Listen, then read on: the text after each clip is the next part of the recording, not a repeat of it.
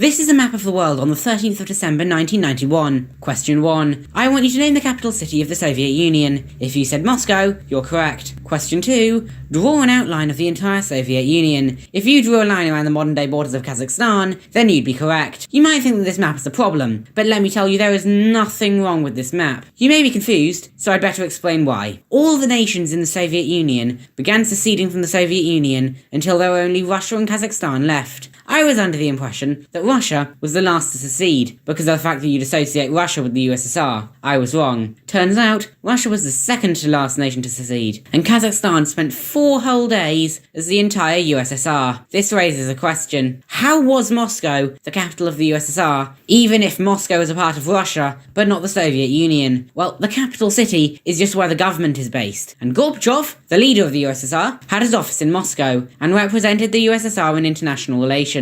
So in theory, the government of a country can hold its meetings in a city in another nation, and then that country would have a capital outside its borders. The Soviet Union did. This USSR scenario isn't even the only case of a country having a capital outside its borders. During World War II, after having their countries conquered by Germany, the governments of multiple nations that the Nazis had conquered, along with what was left of their military, fled to countries such as Britain. So during World War II, London was technically the capital city of both Poland, France, and several other nations. So nations technically can and have had a capital city outside their borders.